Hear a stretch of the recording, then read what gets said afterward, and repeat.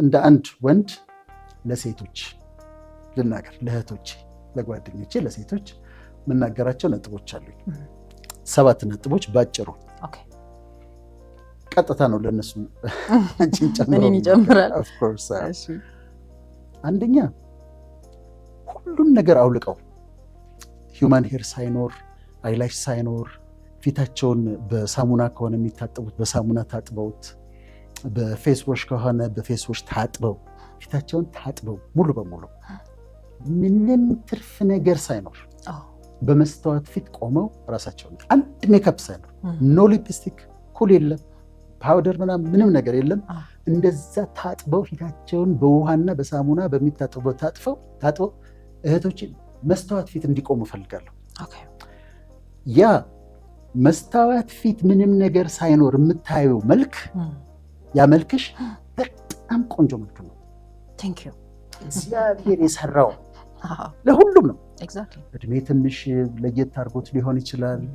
ወልደሽ ትንሽ ወፈር ብለሽ ሊሆን ይችላል። ግን ያለ ምንም ሜካፕ መስተዋት ፊት ቆመሽ የምታያት እሷ ያቺ ፊት እሷ ቆንጆ ነች፣ እግዚአብሔር የሰራት ነች፣ ግሩምና ውብ ሆኜ ተፈጥሬያለሁና አመሰግናለሁ እንደሚል ያለ ምንም ድጋፍ ቆንጆ ነች። ሁሉም ሴቶች ቆንጆች ናቸው። ያለ ውበት የተፈጠረች ሴት የለች። ይህን እንዲያውቁ ፈልጋለሁ። ያለ ምንም ጭማሪ። አንድ በይል። ሁለተኛ አንድ ፋሽን በሚመጣበት ጊዜ ሴቶች ጥያቄ እንዲጠይቁ ፈልጋለሁ። ፋሽኑ መጣ። የፋሽኑ ሶርስ ሆሊውድ ሊሆን ይችላል። ዩዥዋሊ ከሆሊውድ ነው የሚመጣው። ሬድ ካርፔት ላይ አክትረሶች ለብሰው ይነሳሉ። ከዛ እሱ ፋሽን ሆኖ ይመጣል።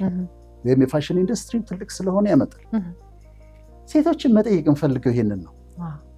ይሄ ፋሽኑ መጣ፣ ይሄ ልብስ እኔ ላይ ያምርብኛል ወይ ብለው እንዲጠይቁ ፈልጋለሁ። ግን እኔ ላይ ያምርብኛል ወይ ብለው ይጠይቁ። ለምሳሌ አሁን ሲለበስ የማየው ልብስ አለ እንደዚህ ወርዶ፣ ብዙ ሴቶች ሲያደርጉ ያለው እንደዚህ ወርዶ ጡት ማስያዣ የሌለው ከዛ ዝም ብሎ የወረደ እንደዚህ ክፍት የሆነ ፋሽን መጣ እንበል። አንዲት ሴት ፋሽን ስለሆነ ብቻ ማድረግ የለባትም። እኔ ላይ ያምራል ብላ መጠየቅ አለባት። ምክንያቱም እሷ ልዩ ሴት ነች። ቀሚስ እንደዚህ የተቀደደ መጣ፣ ከዚህ ጀምሮ ታች ድረስ የተቀደደ ቀሚስ መጣ፣ ፋሽን ሆኖ ይምጣ፣ አንቃወምኛ። ግን ለሴቶች እህቶች የምለው ይሄኛው ስታይል እኔ ላይ ያምራል ወይ ብለው ይጠይቁ። ካማረባቸው ያርጉ።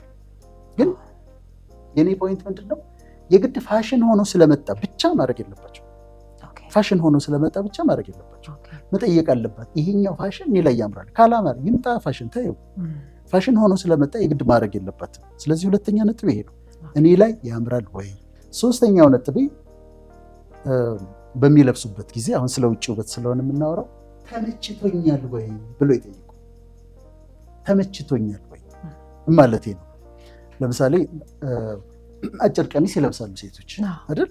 አጭር ቀሚስ እዚህ ድረስ የሚደርስ ይለብሳሉ። ግን ኮምፎርታብል አይደለም። እንደዚህ ይስባሉ አይደል? እውነት አይደል?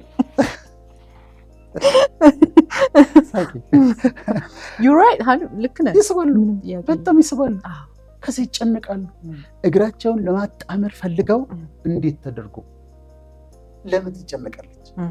ይሄኛው ፖይንት ይሄ ነው። ሶስተኛው ፖይንት ተመችቶኛል ወይ? አማይ ኮምፎርታብል? እዚህ ውስጥ የለበስኩት ልብስ ስወጣ አስጨንቆኝ ነው የምውለው ወይስ ኮምፎርታብል ሆኜ ደስ ብሎኝ ነው የምውለው ብለው ይጠይቁ። ስለዚህ ሶስተኛው ፖይንት ይሄ ነው፣ ይመቸኛል ወይ። ለሰርግ ለምናምን እንደዚህ ፕሮግራም ላይ ሃይ ሂል ጫማ ይደረጋል አይደል? ኦኬ ለትንሽ ሰዓት ከሆነ ግን ቀኑን ሙሉ አድርገውት እግራቸውን አሟቸው ዲስኮምፈርት የሚሰጣቸው ከሆነ ለምን ይሰቃያሉ? ሊያውም በኢትዮጵያ ኗኗር 4 ኪሎ ሜትር ኮብልስቶን መንገድ ያ ኮብልስቶንና ሃይ ሂል ጫማን ተኩ ጫማን አስቢ፣ በጣም ከባድ ነው። ከመኪና ወርዶ በጣም ኮምፎርታብል በሆነ ሁኔታ ውስጥ መዋሏን እርግጠኛ መሆን ይቻላል። አንዳንዶቹ አጭር ጫማ ይቀይራሉ፣ ቦርሳ ውስጥ ይዛሉ፣ መኪና ውስጥ ይዛሉ። እኔን ይጨምራል። ስለዚህ አይደለም። ስለዚህ ሪላክስ አድርጌያለሁ፣ ተመችቶኛል። ሶስተኛው ፖይንቴ። አራተኛው ፖይንቴ ከተፈጥሮ ርቅ ያለው ወይ ብለው ይጠይቁ። ከተፈጥሮ ርቅ ያለው ወይ? አሁን ለምሳሌ ሂውማን ሄር ይደረጋል፣ ያደርጋሉ። አሁን በጣም ብዙ ሴቶች ናቸው የሚያደርጉት። ኖ ኮሜንት አልቃወማቸውም። አለ በኋላ ልናወራቸው የምንችላቸው ነገሮች አሉ። መደገፊያ አይደለም ግን አረጉ። ካረጉ ግን ከነሱ ፊት ጋር የሚመች ወይም ደግሞ ፀጉሯ ነው አይደለም ብሎ የሚያከራክር ሂውማን ሄር ነው መሆን የለበትም። የእሷ ፀጉር ነው ወይስ አይደለም ብሎ ፀጉሯ ነው አይ አይደለም ኤክስቴንሽን ነው ብሎ የሚያከራክር መሆን አለበት። ግን በጣም ትልቅ በጣም ረዥም ሸክም የሆነ እና ገና አይቼው እንደዚህ ሂውማን ሄር ብዬ የምጀምረው መሆን የለበትም። ሲያደርጉም ከፊታቸው ጋር የሚስማማ የሚቀላቸው የእነሱን ፀጉር የሚመስል የሚያታልል ቢሆን ይሻላል ብዬ አስባለሁ። እና ይሄ ነው። ከዚሁ ጋር ተያይዞ ደግሞ ሌላው ፖይንት ፌሻል ይሰራሉ። ምንድን ነው የምትሉት? ፌሻል ነው የሚባለው ፊታቸውን የሚሰሩት ነገር አልቃወማቸውም። አሁን ግን መልኳን የሚቀይረው ከሆነስ መልካቸው ይቀይራል። ከአንድ ወዳጅ ጋር እራት ልንበላ ገባን ባለፈውና አንድ ቦታ 5 ሴቶች መጡ። 5 ሴቶች መጡ። እንደዚህ ዘው ብዬ ሳያቸው አንድ ነው መልካቸው፣ አንድ ናቸው። መለየታችን እንትን ከዚች መለየታችን ይስቃሉ እነሱ። እና ለምንድን ነው መልኳ እስኪጠፋ ድረስ የሚሰራት? አንዳንዴ እኮ ትላልቅ ቶክ ሾው ላይ ቀርበው ማን ነበረች እቺ ብለሽ ታስቢያለሽ። የምታውቂያት ልጅ ለምንድን ነው ለውጧታል፣ ሙሉ በሙሉ ለውጧታል። አታውቂያትም ወይ ስሟ ሲነገር ወይ ድምጿን ስትሰሚ ነው የምታውቂያት። እንደሱ መሆን የለበትም። ትንሽ ላይት ቢሆን ይዋቡ ይመርባቸው። ግን ከተፈጥሮዋ ጋር የተቀራረበ በተለይ ሜካፕ አርቲስቶቹን ነው ማናገር የምፈልገው። እንደዛ አታድርጓቸው ፕሊዝ። እህቶቻችን መልኳን አክሰንቹዌት ለማድረግ ያላትን ውበት ጨምሮ ለማውጣት የበለጠ እንዲያምርባት ነው እንጂ ሙሉ በሙሉ ተለውጣ እሷ አትመስልም። እና ከተፈጥሮ መራቅ የለባቸው። ናቹራል ከሆነው ነገር ያለውን ውበት አክሰንቹዌት የሚያደርግ የሚጨምር ነገር ነው መደረግ ያለበት እንጂ ኮምፕሊትሊ መልኳን የሚያጠፋ መሆን የለበትም ብዬ ይህን ደግሞ አስባለሁ። 5ኛ ነጥቤ ለእህቶቼ አሁን በጥሩ ሁኔታ እያነገርኳቸውን እንደ ታላቅ ወንድም 5ኛው ይሄ ኦቨር ኤክስፖዠር፣ የተጋለጠ ከመጠን በላይ የተጋለጠ ሰውነት። ሴቶች አንዳንድ ሰውነታቸው ሲሸፈን ነው የሚያምረው። ያጓጓል ማለት ሲሸፈን ያምራል፣ ያጓጓል። እግር ይታያል፣ ጭን ግን በጣም አይገለጥም። ሲምደረት አካባቢ ዝም ብሎ እስከ ታች ድረስ እንትኑ ራሱ የሆነ ክት የሆነ የተሸፈነ የሚያጓጓ ሰውነት የሚሆነው ሲሸፈን፣ በሙሉ ተገልጦ ከመጣ ግን በቃ እኮ ምንም የቀረ ነገር የለም። እና እንደዛ ባይሆን ኤክስፖዠሩ ዲሰንት የሆነ እስከተወሰነ ደረጃ የሆነ ኤክስፖዠር ቢሆን ከመጠን በላይ ባይጋለጡ ደግሞ ያምራል። የበለጠ ነው የሚያምረው። እንደው የሚወዳትም ሰው ይጓጓል። እዛ የተሸፈነው ስር ያለውን እኮ እያሰበ ይጓጓል እንጂ ተገልጦ ከቀረበ ግን ጥሩ አይደለም። ስለዚህ ኦቨር ኤክስፖዠር ባይሆን፣ ሴዲዩሲንግ ባይሆን ማለት ወንድን ለሌላ ፍላጎት የሚያነሳሳ ባይሆን ልብሱ ደስ ይለኛል። እንደዛ ቢሆን ደስ ይለኛል። እና ይሄ ነው 6ኛው 7 ናቸው ያልኩሽ።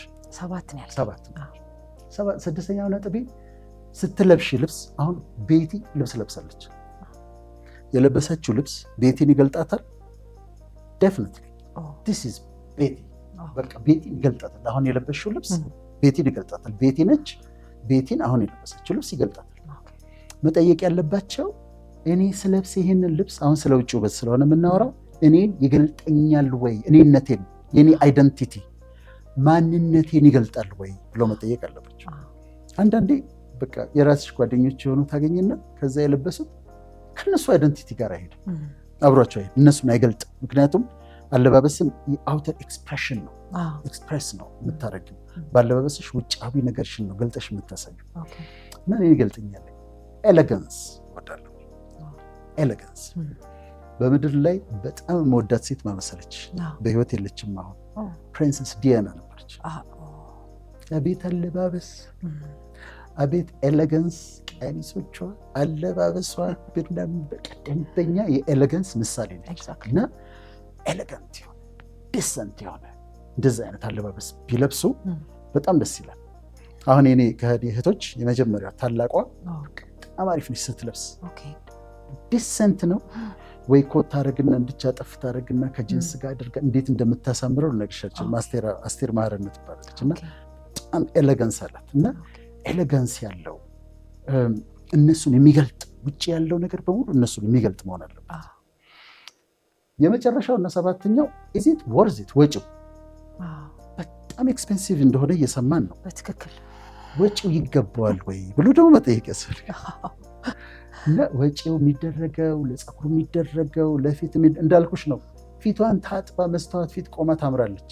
ከዛ ላይት ነገር የበለጠ ውበቷን ያወጣዋል። ግን ወጪው ይገባዋል ወይ ብሎ መጠየቅ። ይሄ ኤክስቴንሽኖቹም ምኖቹም አይላሹም፣ እውነት ለመናገር አይላሽ ይጨንቀኛል ትንሽ። አንቺ ትናገርበታለሽ የሚጨንቀኝ ነገር እሱም ሲተልቅ።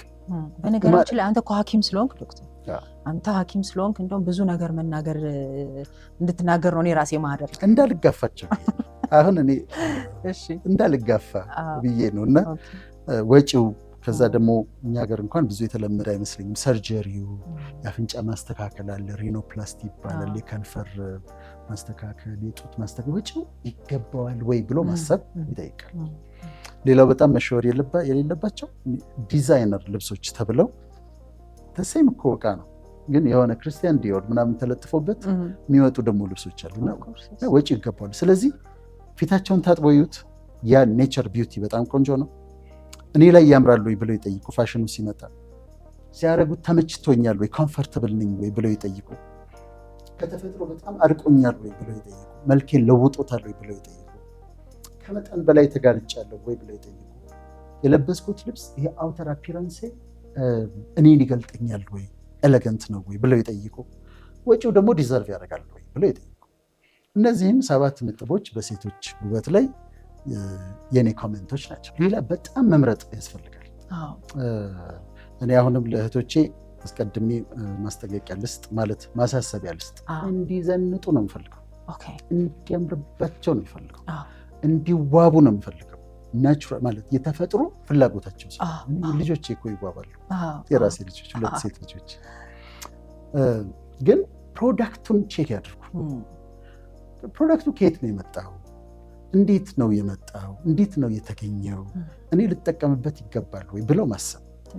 ከዛ ደግሞ ፀጉሬን እየጎዳው ነው ወይ ወይስ ኮምፕሊትሊ በዛ ላይ ዲፔንደንት ሊያደርገኝ ነው ብሎ ማሰብ እና በጣም ሴሌክቲቭ ይዋቡ፣ ይመርባቸው፣ ይዘንጡ በጣም እንደፈለጉ፣ ግን እያጠኑ ሶርሱ ከየት ነው የመጣው በማወቅ ኢምፕሊኬሽን አለው ወይ ብለው እየጠየቁ በእውቀት እንዲዋቡ እፈልጋለሁ።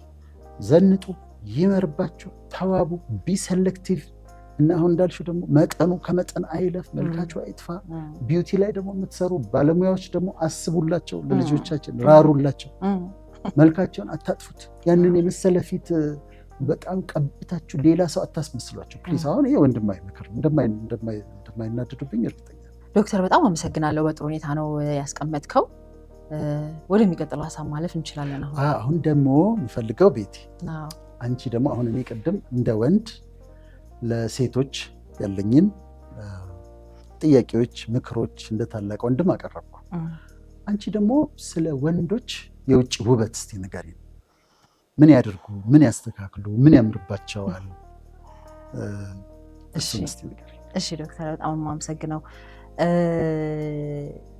እንግዲህ እንዳልከው ነው ቅድም በዙሪያችን ወንድሜም አለ የኔ። እንግዲህ ረጅም ዓመት አብረን አንድ ቤት ኖረናል። ጓደኞቻችን አሉ። በተለይ ደግሞ አቪዬሽን አካባቢ ኤክስፖዠር የነበረው አንድ የአክስቴም ልጅ አለና አብረን ኦልሞስት አድገን የወንዶቹን ይሄ ምን እንደሚፈልጉ ለማወቅ እኔ አልቸገርም። አዎ ከወንዶች ጋር ነው። እኔ ደግሞ ትንሽ ረጅም ሴት እህትም ስለሌለኝ ብዙ ጊዜ ወንዶች ናቸው በዙሪያ ያሉት። አሁን ደግሞ ያው በትዳር ከባለቤቴ ጋርም ያለውን ትንሽ እንደው ያለውን ነገር በደንብ ለማየት እሞክራለሁኝ። እንግዲህ የወንዶች የውጫዊ ውበት ይሄ ከስትሬንግዝ ጋር የተገናኘ ነው። ስትሬንግዝ ነው። አሁን ወንድ ብለንኛ አይኑ አፍንጫው ምናምን አይባልም ኖርማሊ። ግን ቅድም ከዴፊኔሽኑ ስንነሳ እንደተናገር ነው ስናየው ፕሊዝ የሚያደርገን ፕሌዥር የሚፈጥርልን የሚያስደስተን ሉክ ይሄ አትራክቲቭነሱ ምናምኑ በተወሰነ መልኩ እንደ ኤሌመንት ፊታቸው ቅርጽ ላይ ምናምን እንደ አይን አፍንጫም ልናስቀምጠው የምንችለው ነገር ይኖራል። ምናልባት እንግሊዝኛው ይሄ ሲሜትሪካል የሆነው ነገር ሲሜትሪ ስንል ለምሳሌ አፍንጫችን ከግንባራችን ጋራ ይሄ ቺን አገጫችን ፕሮፖርሽኔት የሆነ ስክትክት ያለ ሉክ ሊኖረው ይችላል። አንድ ወንድ ግን ያን ያክል ለአንድ ወንድ እንደ ትልቅ መለኪያ የውበት መለኪያ ተደርጎ አይደለም፣ እንደ ባህልም እንደ ልማድም ስናየው በሀገራችን እና ወንዶችን ትንሽ እንደውም ጎልቶ የሚታየው የቁመት ጉዳይ ነው። ረጃጅም ወንዶችን የመውደድ ነገር ይስተዋላል። ምናልባት ከ100 ሴቶች 85%ቱ ረጅም ወንዶችን ይወዳሉ ይላል ጥናት። ረጅም ወንዶችን ይወዳሉ። ላይት ስኪን ምናምን በስኪን ከለር እና ቀጥታ ከምናየው የቆዳ ቀለም ጋር በተያያዘ ብዙ ጥናት የለም ሀገራችን ላይ። ግን አሁን እንዳልኩት ከቁመት ጋራ ብዙዎቹ ረጃጅም ወንዶችን የማስቀደምና የመውደድ መሳብ በረጃጅም ወንዶች የመሳብ ነገሮች አሉ። ኤሌጋንስ በጣም ሴቶችን የሚማርክ ነገር ነው። አለባበስ በጣም እንደ አንድ ትልቅ የውበት መለኪያ አድርገው ያያሉ። በጣም በሚገርም ሁኔታ ግን አንድ ጥናት ላይ እንደተቀመጠው ኒትነስ አሁን ለሴቶች እንደውም ቅድም አንድ ሚስ ያደረግናት ነገር ከውበት ሁሉ ፕራዮርሊ የማየው ይሄ ክሊን ሃይጂኒክ የሆነው ነገር ንጽህና በቃ በጣም ፕራዮሪቲ የማየው ነገር ነው እና ወንዶች ጋር ግን ያ ነገር የለም። ቆንጆ ይሄ እንግሊዘኛው ቢዩቲፉል ነው የሚለው የቢኢኤዩ ምናምን ቢዩቲፉል የሚለው ቃል ወደ ወንድ ሲመጣ ሃንሰም ነው የሚሆነው አይደለ? ሃንሰም የሚባል አንድ ወንድ ልጅ ምናልባት ቃሉ ራሱ ይሄ ሃንድ ይሄ ነው እና ሃንድ ይሄ ከሆነ ሃንድ ስትሬንግዝ ነው እና ይሄ የጨበጠ ለስራ የተዘጋጀ ስትሮንግ የሆነ ወንድ ቤተሰቡን የሚያስተዳድር ብሬድ ዊነር ሆኖ ቤተሰቡን የሚያበላ የሚመግብ ፕሮቫይድ የሚያደርግ ፕሮቴክት የሚያደርግ ቤተሰቡን እንደዚሁም በቃ በየትኛውም ሁኔታ ውስጥ ቻሌንጅን የመቀበል ጉልበት ማስኩላር የሆነ ወንዶች ላይ ውበት የሰዎች አይን ወደዛ የሴቶች አይን በዛ አይነት ወንዶችን የማየት እና ፓራሜትሮች መለኪያዎቹ እነዚህ ናቸው። ከስትሬንግዝ ጋራ ከጥንካሬ ጋራ ምናምን ነው እንጂ አሁን የአውትሉኩን በተመለከተ እንዲህ አይነት አይን ያለው ወንድ ምናምን የምትል ሴት በፐርሰንት ሲቀመጥ በጣም ትንሽ ነው። በተረፈ ኬሪንግ የሆኑ ወንዶች ኬሪንግ ማለት በጣም እንክብካቤን የሚያሳዩ ሴቶችን በቅድሚያ የሚሰጡ ለሴቶች በሁሉም በአንድም በሌላ ምንም አይነት ፊዚካል አፒራንስ ቢኖረው ሴት ልጅ እንዲህ አይነት ወንዶችን የማስቀደም ወደ ህይወቷ ልትጋብዘው በሪሌሽንሽፕ ቢሆን በጋብቻ ኬሪንግ የሆኑ ወንዶችን የማስቀደም ነገር እንግዲህ ጥናቱ ላይ ትልቁን ፐርሰንት ይዟል ማለት ነው። እና የወንዶች ውበት እንደ ሴቶች ያን ያክል የሚብራራ አይደለም። ኤሌጋንሱ እንዳለ ሆኖ የማስኩላር ሉኩ እንዳለ ሆኖ አሁን በጣም ወደ ጂምናዚየም አካባቢ ስትሄድ ወንዶች በጣም ለሰውነት ቅርጻቸው ለሰውነት ለአቋማቸው ማማር ትልቁን መስዋዕትነት እየከፈሉ ያሉበት ጊዜ ነው። በጣም ኮንሸስ ሆነዋል። በቃ ወንድ ልጅ ማስል ሊኖረው ይገባል ብለው ያምናሉ። ምክንያቱም ውበትን በቀጥታ ከስትሬንግዝ ጋር ስላገናኘን ሃንድሰም የሚለው ስሜት ወንዶች በቃ ሰራተኛ መሆን አለባቸው፣ ፋሚሊውን መምራት አለበትና የሚለው ስትሬንግዝ የሚለው ነገር ዋንስ ጥንካሬ የሚለው ነገር ስላለ ያንን ነገር ደግሞ አካላዊ ብቃታቸው ላይ ማስል ቢልዲንግ ላይ በጣም ጊዜያቸውን እያጠፉ ነው፣ ገንዘባቸውን እያጠፉ ነው፣ ጉልበታቸውን እዛ ላይ እየጨረሱ ነው። እና እኔም ባለሁበት የጂም ቆይታዬ በጣም ነው የሚገርመኝ። ስለዚህ የጂም ቆይታዬን በተመለከተ ዶክተር ብዙዎቹን የእኛን ወንዶች እንግዲህ ለማየት እንደሞከርኩት በጣም ፊዚካሊ ያላቸው አፒራንስ ላይ በጣም ኮንሸስ ናቸው፣ ይሰራሉ፣ በጣም ነው የሚለፉት እና ስፖርቲቭ ማስኩላር የሆነውን ነገር ቢልድ ለማድረግ እና ትክክልም ነው።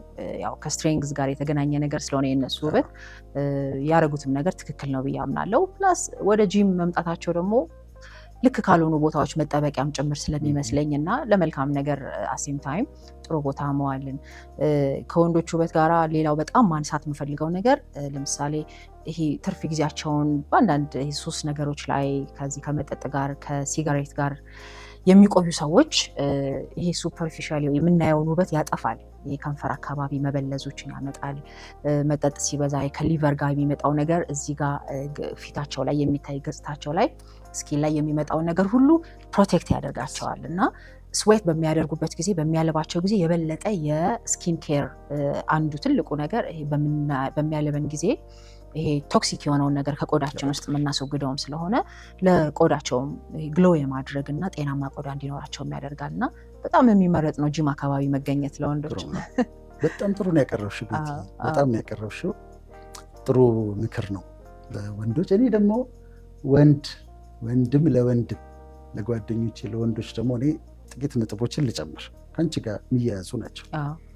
አንደኛው እኔ በግሌ የማምንበት የወንድ ልጅ ውበት ብዬ የማምነው ቅድም አንቺ ከስራ ጋር እያይዤው የልብሱ መቆሸሽ ምናምን ሰራተኛ መሆኑን ያሳያል፣ ስትሮንግ መሆኑን ያሳያል ብለሽ ነው ያልሽው። ግን ክሊንሊነስ ንጽህና ለወንዶች እኔ አንደኛ የማስቀምጠው ንጹህ መሆንን ነው። ቤት እኔ መጀመሪያ የማደርገው ጠዋት ምን መሰለሽ፣ ጠዋት ተነሳሁ ቀጥታ ቀዝቃዛ ሻወር ውስጥ ነው የምገባው ኤቭሪ ሲንግል ዴይ ቢያንስ ላለፈው 30 ዓመት ሚስ አድርጌያለሁ። አውሮፕላን ላይ ካልሆንኩኝ በስተቀር ፍላይት ላይ ጠዋት ተነስቼ ለዛውም ኮልድ ሻወር ነው የምወስደው። ኮልድ ሻወር ደግሞ በጣም ጥቅሙን አንድ ዩኒቨርሲቲ ኦፍ ካሊፎርኒያ LA UCLA የሚባላል ጥናት አጥንቷል። አሁን ጊዜ አይበቃም እነሱን ለማውራት። ልጆቼም ለምደው አሁን ልጆቼ ከኔ ጋር ናቸው፣ አዲስ አበባ ናቸው በነገራችን ላይ ልጆቼ ያሉት ከኔ ጋር ናቸው እና እነሱም ለምደው አሁን ኮልድ ሻወር ነው የሚሉት እና ሙቋ በቃ ለእቃ ነው እኛ ቤት እና ንጹህ ነው ከላይ ከራስ ፀጉር እስከ እግር ጥፍር ድረስ ንጹህ ይሁን አንድ ወንድ። ያ በቂ ውበት ነው። ንጹህ ከሆነ አንድ ወንድ ሌላ ብዙ አይፈጅም።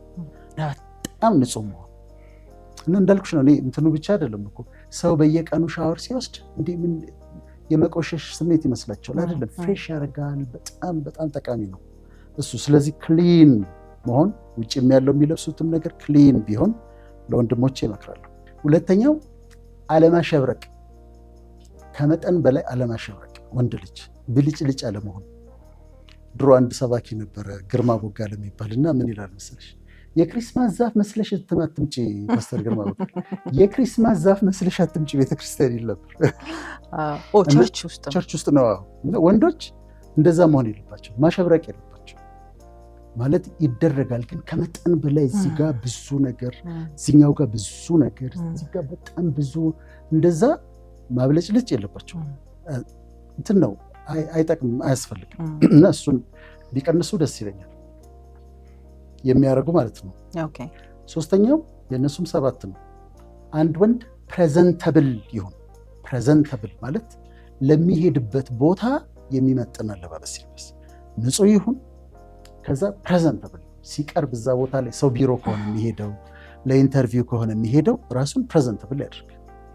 እኔ ለሕክምና ለሰራ ጉድ ሼፐርድ ስገባ ኢንተርቪው ያደረጉኝ 2 ትላልቅ ሴቶች ነበሩ እና አዩኝና ኢንተርቪው ያደረጉኝና እኛ የፈለግነው ትንሽ እንደው ጠና ያለ በእድሜው ከፍ ያለ 26 ዓመት የነበረ ጠና ያለ ሰው ነበር የፈለግነው፣ ትንሽ ሽበት ያለው ምናምን። አንተ በጣም ያርቱ ያንጋሉ ግን አሉ መረሰው ፕሬዘንተብል ነህ ማለት የሚመጡትን ታካሚዎች ታሳምናቸዋል፣ እድሜ ትንሽ ቢሆንም አሉ እና ቀጠሩ። ፕሬዘንተብል መሆን ለሚሄዱበት ቦታ። አሁን አባቶች አይተሻል፣ ልብሳቸው ንጹህ ነው፣ ካኪያቸው ጽድት ብሎ የታጠበ ከዛ ተኩሰው ምናምን አምሮባቸው ሲወጡ ትላልቅ ሰዎች እንደዛ ፕሬዘንተብል ለሚሄዱበት ቦታ ለሚገቡበት ቦታ የሚመጥን አለባበስ ቢለብሱ ጥሩ ነው። 4ኛው ሾዊ ያለመሆን ወይም ቃሉን ላለመጠቀም ነው፣ ግን ልተወው በቃ ለማሳየት ነገሮችን ባያረጉ። ምሳሌ ቆንጆ መኪና ይኖረዋል፣ ግን መኪናዋን ለማሳየት መስተዋት አውርዶ መነጽር አድርጎ እጁን አውጥቶ ምናምን። አሁን ኢትዮጵያዊ ነቅቷል፣ ኢምፕሬስድ አይሆንም በዛ እንደዛ አይነት ነገር አለማድረግ። ከዛ ደግሞ ወጣ ስትይ እኔ ዱባይ መጀመሪያ ሄድኩኝ ጊዜ መንገዱ በሙሉ መርሴዲስ፣ ሌተስት BMW፣ ቪኤት እዚህ የምንዘንጥባቸው መኪናዎች እዛ ባጃጅ ናቸው። መንገዱ በሙሉ እንደዛ ሌተስት መኪናዎች ናቸው ያሉት እና እንደ ሾቢ አለመሆን፣ ለታይታ አለመንዳት። መኪና ቱል ነው፣ ከአንድ ቦታ ወደ ሌላ ቦታ የምትሄጅበት ነው እና ሾቢ አለመሆን ይመስለኛል። 5ኛው ከእድሜ ጋር የሚመጡ ለውጦች አሉ። ለምሳሌ ራሰ በራነት፣ ራስ ፀጉር ቀስ እያለ ይገባል፣ ፀጉር ይሸብታል። እነዚህን አክሴፕት ማድረግ ግሬስፉሊ አክሴፕት ማድረግ ማለት ከሸበተው ሽበትም ያምራል። በጣም ነው የሚያምርባቸው ወንዶች ደግሞ ሲሸብቱ ማለት እኔም እዚህ ጋር ጀምሮኛል አሉ። እዚህ ጋር ጠጋ ብለሽ ብታይ እየመጡ በተፈጥሮ በዘሬ ጥቁር ነው የአባቴን ፀጉር እስከ መጨረሻው ድረስና ነው እንጂ ይመጣል። ሲመጣ አክሴፕት። ራሰ በራነት የወንዶች የጭንቀት ነምበር 1 ነው ይባላል። የጭንቀት ምክንያት ግን ከገባ ይግባ። ታትስ ኦኬ። ያምራል ደግሞ ራሰ በራም አሁን ሙሉ በሙሉ መላጣ የሆኑ ሰዎች ላይ በጣም ያምርባቸው። ታትስ ኦኬ አክሴፕት ማድረግ እና ከእድሜ ጋር የሚመጡት። 6ኛው በጥንቃቄ ነው የምናገረው፣ ያው ጓደኞቼ ስላሉ ብዙ እንዳይቀየሙኝም እቺ እንትኗን እቺ ቤሊፋት ቦርጭ እሷን እንደው ትንሽ ማሳነስ፣ በተለይ ደግሞ በየአመቱ እየጨመረ ሲመጣ አንዳንዶች ለክራቫት ቆንጆ ነው ይላሉ ወንዶቹ፣ ጭራሽ ለማጥፋት አይሞክሩም። ለክራቫት ይቀመጥበታል ያምራል ይላሉ ጓደኞች። ሌሎቹ ደግሞ እንዲህ እያሹት ነው የሚያወሩት። በጣም በቃ የሆነ የጥሩ ኑሮ ምልክት አድርገው እንዲህ እያሹ ነው የሚያወሩት። እነሱ ናቸው የሚያስቁኝ። እና እንደዛ ባይሆን ቢያንስ እየጨመረ ባይመጣ ሊሚት ቢያደርግ አንዳንዴ ከሸሚዝ ቁልፍ ጋር እየታገለ ምናምን ከዛ በዛ ላይ ደግሞ ምንም እርምጃ ይወስዱ እና እሷ ትንሽ ብትቀንስ አሪፍ ነው፣ ጥሩ ነው ብዬ አስባለሁ። ሳይዙ ባይጨምር። መጨረሻ 7ኛው አነጋገር ላይ፣ ይሄም የውጭ ውበት ነው። አንድ ሰው የሚገመትበት ነው አነጋገሩ። ራፍ ባይሆን ተዛርገው ባይ ነው፣ ተው እንደዛ ዞር በሉ ባይ ነው። ይሄ ጀንትልማን አይነት። ወደ ውስጥ ውበት ስንመጣ በደንብ እናወራለን። እሱም ግን ትንሽ የተመረጡ ቃላትን አስቦ መናገር፣ ይሄ ግልፍተኛና ራፍ ባይሆኑ ደስ ይለኛል። ስለዚህ ለወንድሞቼ ደግሞ መክረው ይህን ነው፣ በጣም ንጽህናቸውን ከጠበቁ ውብ ናቸው። አለማሸብረቅ፣ ፕሬዘንተብል፣ ለቦታው የሚገባውን ልብስ መልበስ፣ ለታይታ ምንም ነገር አለማድረግ፣ ከእድሜ ጋር የሚመጡ ለውጦችን ማስተናገድ፣ ከተቻለችን ቦርጯን ትንሽ መቀነስ፣ ከዛ አነጋገር ላይ ማተኮር። ከዛ ያለበለዚያ ከዛ ውጭ ብዙ አይፈጅም። አንድ የገጠመኝን ልንገርሽና ልጨርስ። የዛሬ 20 ምናምን ዓመት ነው እና እቃ ልገዛ ገብቻለሁ። ከዛ እቃ የምትሸጠዋለች እንደዚህ እቃ እየጠቀለለች አታየኝም፣ እኔ እየጠቀለለች ቆንጆ ወንድ አለች፣ በጣም ያስጠላኛል አለች። ምን አልኳት? ቆንጆ ወንድ በጣም ያስጠላኛል አለች። እሺ ለነገሩ እኔ አይመለከተኝም፣ እቃዬን ስጭኝ፣ ሌላ ሰው አናዷት መሆን አለበት። ምክንያቱም ይዤ እቃዬን ወጣሁና ቆንጆ በጣም ያስጠላኛል አለች። አሁን ቅድም ያለው ነው ፐርሴፕሽን እና ግን ብዙ አይፈጅም። ወንድ ንጹህ ከሆነ ዲሰንት ከሆነ ኤሌጋንት ከሆነ በቂ ነው። እና አይ ቲንክ ዛሬ ጊዜውን ጨረስነው ይመስለኛል። ስለ ውስጥ ውበት ማውራት ፈልገን ነበር። መነሻችንም አክቹዋሊ እሱ ነበር፣ ግን ይሄም ይጠቅማል፣ የሰጠነው ነገሮች በጣም ይጠቅማል ብለን እናስባለን። የሚቀጥለው ሳምንት ደግሞ ውስጠኛ ውበት ላይ ነው የምናወራው። የውስጥ ውበት ከውጭ ውበት በጣም ይበልጣል። ጥሩ አውርተናል የኤክስተርናል ቢዩቲን፣ ግን መነሻችን የፈለግነው እኛ ዋናው የውስጥ ውበት ነው። በጣምም ትኩረት ሊሰጠው የሚገባው ውስጣዊ ውበት። በክፍል 2 እንወያይበታለን፣ ሰዓታችን ስለሄደብን ነው። ከውጭ ውበት ይልቅ ውስጠኛው ውበት የበለጠ ቫልዩ አለው፣ የበለጠ ትኩረት የሚገባው ነውና በክፍል 2 ደግሞ እሱ እናወራለን።